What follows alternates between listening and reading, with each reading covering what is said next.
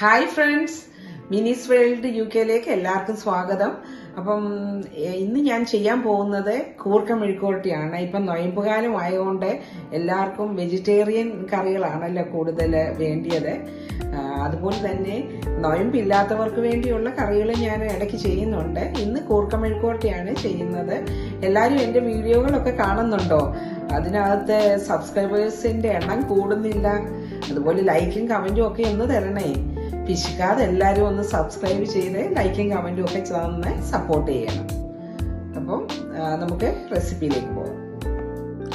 ഈ കൂർക്ക ചെത്തിയാലുണ്ടെങ്കിൽ തന്നെ അത് അതിന്റെ തൊലി കളഞ്ഞാൽ വെള്ളത്തിലിട്ട് വെക്കണം, അല്ലെങ്കിൽ അത് കറുത്തു പോവും. അതുകൊണ്ട് ഇപ്പൊ ഇത് 1/2 കിലോ കൂർക്ക ചെത്തി മെഴുക്കുവരട്ടിക്ക് വേണ്ടി വെച്ചിട്ടുണ്ട്. അപ്പം നമുക്ക് റെസിപ്പിയിലേക്ക് പോകാം. അരിഞ്ഞു വെച്ച കൂർക്കയിലേക്ക് കുറച്ച് തേങ്ങാക്കൊത്ത് ചെറുതായിട്ട് അരിഞ്ഞത്, അത് ഒരു ചെറിയ കപ്പ് നിറച്ചും തേങ്ങാക്കൊത്തുണ്ട്. തേങ്ങാക്കൊത്ത് കൂർക്കയ്ക്ക് വരുന്നത് നല്ല ടേസ്റ്റാണ്. ഒരു കതിർപ്പ് കറിവേപ്പില, ഒരു 3 പച്ചമുളക് ചെറുതായിട്ട് അരിഞ്ഞത്.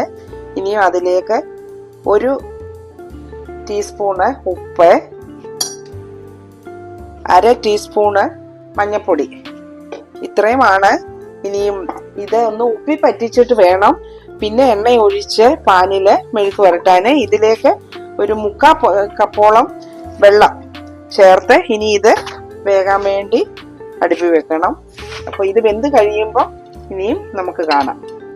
നമ്മുടെ കൂർക്ക ഞാൻ ആ ഒഴിച്ച 3/4 കപ്പ് വെള്ളത്തില് നല്ലവണ്ണം വെന്ത് വന്നിട്ടുണ്ട്. നല്ലവണ്ണം വെന്തിട്ടുണ്ട്. ഇനിയും ഒരു പാൻ ചൂടാകുമ്പോൾ ഇതിലേക്ക് 1 സ്പൂണ് വെളിച്ചെണ്ണ ഒഴിച്ച്, ഇവിടെ UK വെളിച്ചെണ്ണ തണുപ്പായതുകൊണ്ട് കട്ടയായിട്ടിരിക്കുവാണ്. അത് ഒന്ന് മെൽറ്റ് ആകുന്ന ഉടനെ ഇതിലേക്ക് ആദ്യം കുറച്ച് കറിവേപ്പില ഇട്ട് കൊടുക്കണം. കറിവേപ്പില ചെറുതായിട്ട് വാടിയിരിക്കുവാണ്, ഫ്രിഡ്ജിൽ ഇരുന്ന കറിവേപ്പിലയാണ്. അതിലേക്ക് 1 സവോള ചെറുതായിട്ട് അരിഞ്ഞത് ഇട്ട് കൊടുക്കണം. ഇനി ഈ സവോളയൊന്ന് മൂക്കട്ടെ.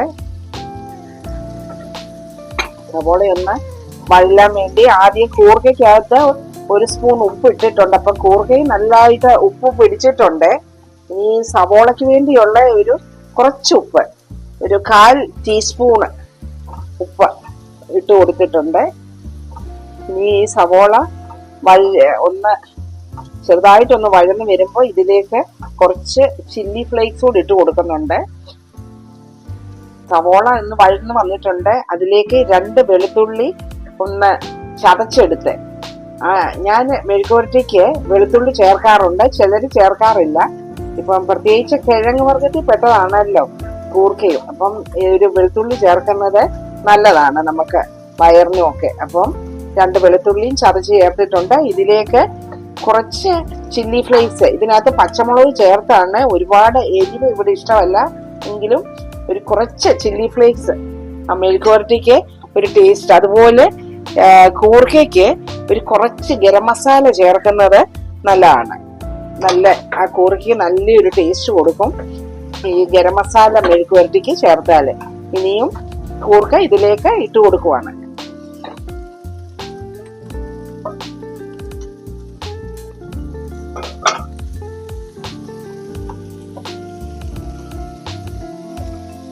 ഇനിയും ചെറിയ തീയിൽ കിടന്ന്, ഇപ്പം ചെറിയ തീയിലാണ് ഇത് ഇട്ടേക്കുന്നത്. ഇനിയും ഇതിൽ കിടന്ന് ഇതെല്ലാം കൂടെ ഒന്ന് എണ്ണയിൽ കിടന്ന് ഒന്ന് ചെറുതായിട്ട് മൂത്തെടുക്കണം.